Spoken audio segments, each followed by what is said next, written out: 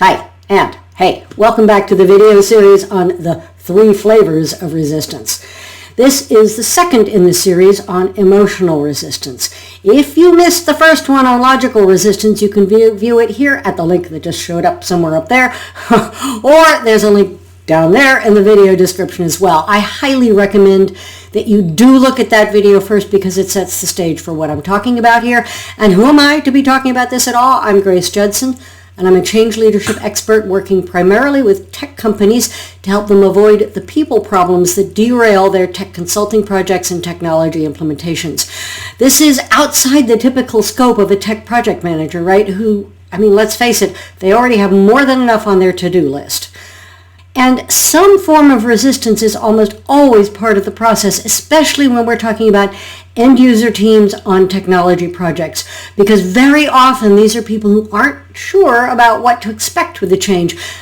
Please do go back, though, to that previous video in the series, because I make the point there that what we call resistance is really more accurately a reaction and not necessarily resistance at all. Okay, all that said, emotional resistance, or an emotional reaction to a change, is basically saying, this change scares me, or it makes me anxious because I don't know what might happen.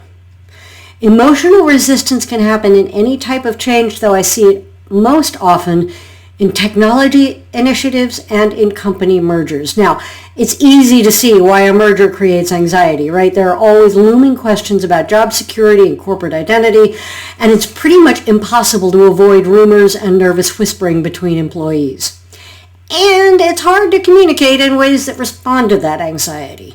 It's reasonable, after all. The anxiety is well-founded, and even senior leadership may experience some anxiety around the uncertainty inherent in a merger. The best you can do is to be upfront about what you do know and stay consistent in saying you'll tell more when you know more. Technology initiatives face a similar but also slightly different issue.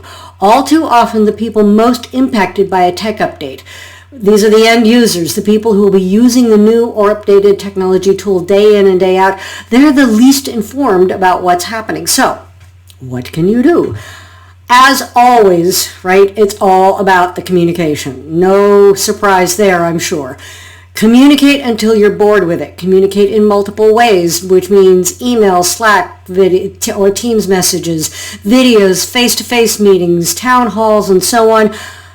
And be careful about what you communicate. I'm not saying hide anything, but here's why you do need to be careful. Thoughtful, maybe, might be a better word. In order to communicate the right message, your communication needs to be a two-way street. What specifically are people anxious about?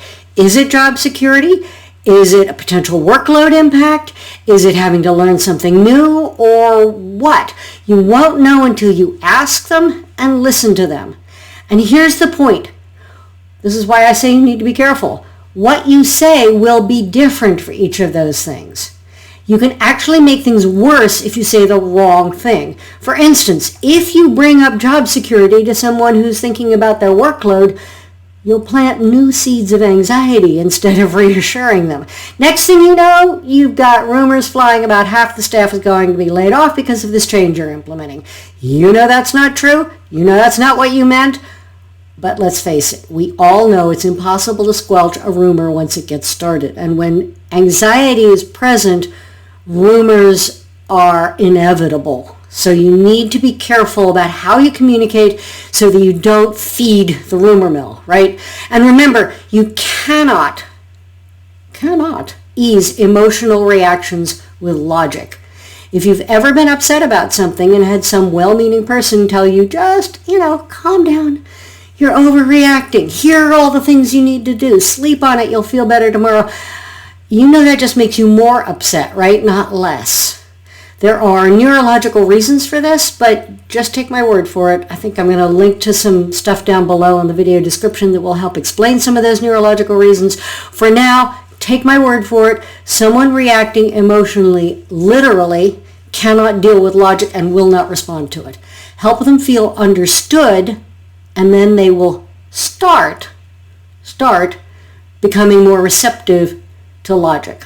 Okay, like I said, I'll link to some resources down in the video description for how to help with this. Do leave a question in the comments if you'd like me to explain any of this further. I always come back to answer questions.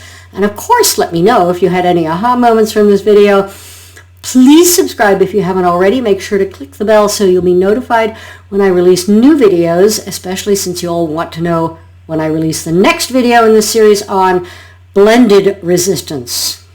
In the meantime, consider who on your team might be showing signs of emotional resistance and see what you can do to help them through it. Take care.